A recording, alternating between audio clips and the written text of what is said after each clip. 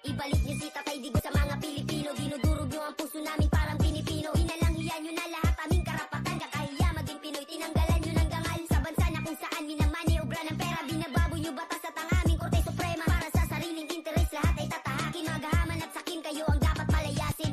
Parang minalan niyo kami ng ama, isang tunay na lider na mahal namin talaga. Hinangad niya lang sa bayan natin maipadama ang saganang pamumuhay na walang takot na dala. Binangga niya ang lahat para ang bayan ni Juan makatikim na mapayapang buhay at masimula na pumayo at makabangon dahil sa kaululan ng mga ganid na politikong walang kabuluhan. Turugista, kriminal, rapist at magnanakaw. Tinugis niya at ang kamay na bakal ng ibabaw. Kaya maraming elitista na sa kanya ayaw dahil di siya kayang diktahan ng mga utak bangaw. Ngayon niyuyurakan ang pangalan niyan, dala ng mga taong nasa posisyon mapagsamantala. Mga walang utang na loob na dinadala. Pagtanaw na lang sanang pinalibing ang kanyang ama. Ibalik niyo si Tatay Digong sa mga Pilipino. Dinudurog niyo ang puso namin parang Pinipino. Inalanghyan niyo na lahat aming karapatan. Kakahiya maging Pinoy, tinanggalan niyo ng dangal sa bansa na kung saan minamaniobra ng pera. Binababoy niyo batas at ang aming Korte Suprema. Para sa sariling interes lahat ay tatahakin. Magahaman at sakin kayo ang dapat palayasin. Halatang pamumulitika, handa nilang tahakin ang lahat. At si Tatay Digong ay kanilang sirain. Pero di niyo kaya linlangin ang mga puso namin. San katutak na ayuda man ang ibigay niyo sa amin. Dun kami sa tunay na may malasakit sa bansa. Dun kami sa tinatawag niyo ngayon na matanda. Dun kami sa taong nararamdaman ang aming hirap. Dun kami sa lider na may pakialam sa mahihirap. Ngayon anong nangyari, ang Pinas ang nasisira. Di marunong umawak na manobela pambihira.